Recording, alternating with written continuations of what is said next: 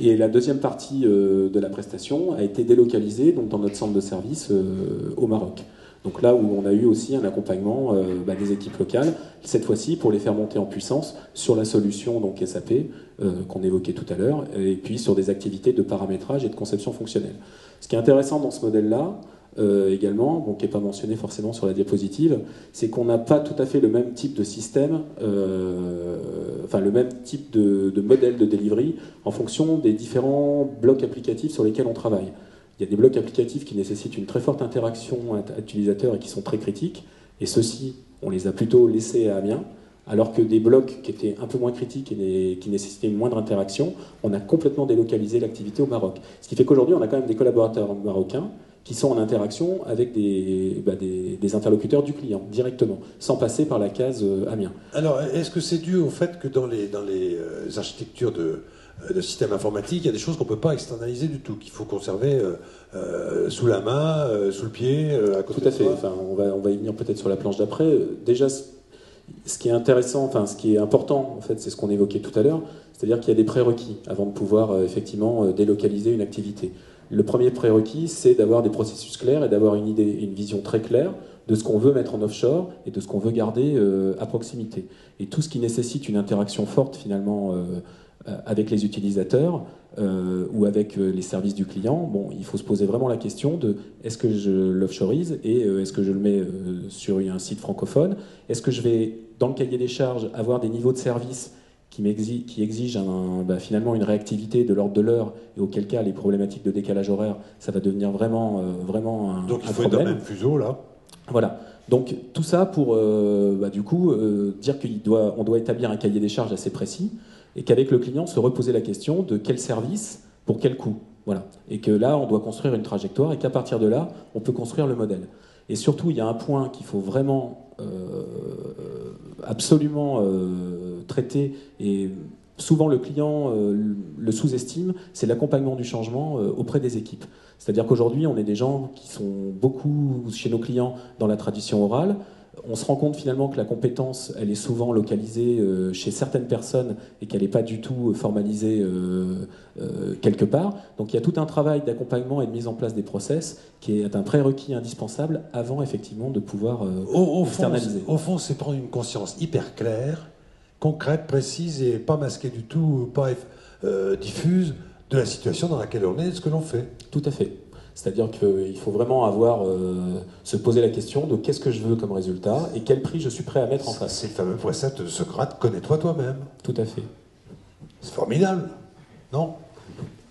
Bon, finalement, il y a des choses qu'on ne peut pas externaliser du tout.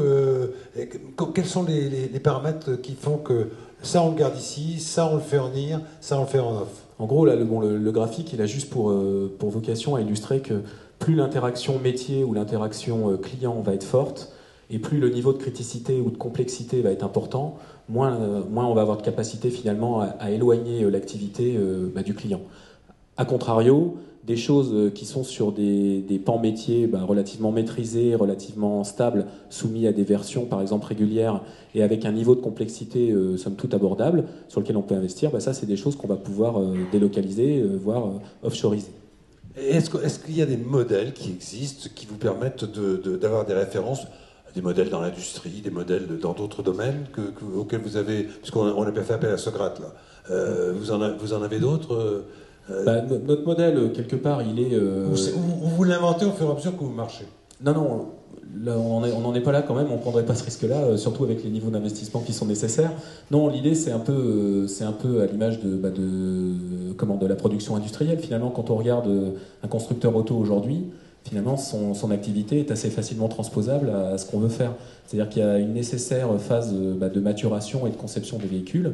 Et ça, il faut qu'elle soit très près des services marketing, qu'on soit très près des services de vente pour dire quel nouveau type de véhicule je vais mettre à disposition je me propose de mettre à disposition des gens, et donc là, il y a cette phase de conception, elle est plutôt dans des centres de recherche qui sont plutôt en France. Après, la fabrication en tant que telle, une fois que les premiers modèles sont sortis, on peut avoir un système de production qui peut être à divers endroits, parce qu'il y a des contraintes de métier local et de proximité aussi à desservir. Et, en France, ça peut être intéressant d'avoir quelques usines quand même, puisqu'on doit avoir quelques clients français, mais il y a aussi des endroits où on peut produire le même véhicule avec une main-d'œuvre finalement qui a le même niveau de qualification, mais quelque part un prix de revient, même si on parle d'humain derrière, donc est quand même beaucoup plus faible. Et là, en l'occurrence, en ce qui nous concerne, finalement, nous, on adresse deux grands. On a des modèles qu'on peut dérouler où on dresse deux grands types de points. On adresse deux types de sujets. Le premier, c'est la complexité. Il y a des applications pour des clients. C'est des applications, par exemple, qui servent à vendre, tout simplement, ou qui sont en face des vendeurs. Celle-ci, en règle générale, on se rend compte que si elle est indisponible quelques minutes, la pression monte très vite. On demande un niveau de réactivité, on demande d'avoir rapidement des échanges, et si possible en français. On peut avoir aussi des applicatifs qui ont été développés il y a quelques temps et qui présentent une certaine propension à l'instabilité. Donc il va falloir régulièrement être en ligne avec les services de production ou avec les services d'assistance ou de support. Donc, et des applicatifs aussi extrêmement complexes, qui sont un millefeuille de couches technologiques. Tout ça, déjà, c'est des critères qui permettent de graduer la complexité, on va dire, technologique et les niveaux de service requis. Donc ça, c'est un premier axe d'analyse. Et le deuxième, ce sont des choses, c'est ce qu'on appelle l'interaction métier, qui nécessite, il y a des métiers, construire une solution fonctionnelle, faire de l'assistance utilisateur. Si on a un utilisateur aujourd'hui qui parle français, lui mettre un interlocuteur indien en face, je suis pas sûr qu'on ait le niveau de résultat espéré.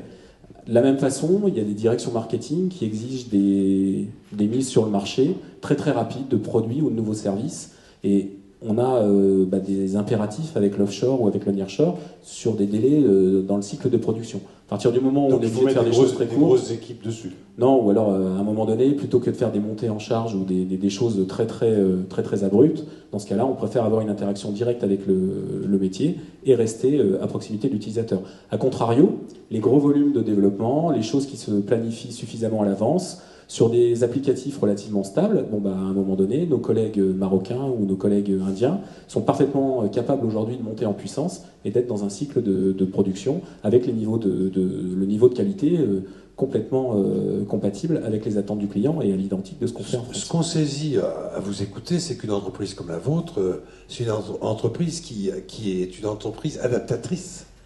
Oui, tout à fait. De tout le système, comme pour IBM d'ailleurs, où j'aurais pu faire la même remarque à M. Jouet là. Et vous avez ce sentiment-là de trouver de la maturité, d'aider à la maturation. Moi, ma conviction, et celle de la société, c'est de dire qu'il n'y a pas de modèle préexistant, il n'y a pas de modèle écrit. Il y a une situation client à un instant T, un contexte qui fait que, effectivement, il y a un certain type d'activité qui est plus ou moins éligible, avec un taux d'externalisation qui reste à déterminer.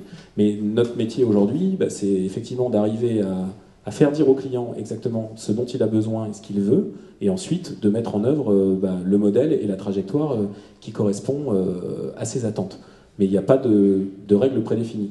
Les modèles qu'on essaye de poser tout fait sur un contexte client qui n'aura pas été analysé au préalable, ça, je pense que c'est extrêmement dangereux, et je pense que c'est aussi des cas de figure, c'est ce qu'on évoquait tout à l'heure, où l'action de pilotage n'a pas été...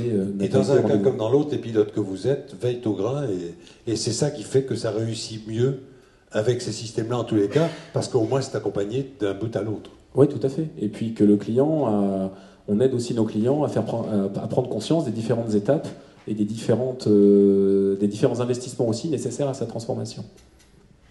Merci à vous. Ivan Medvedev, on va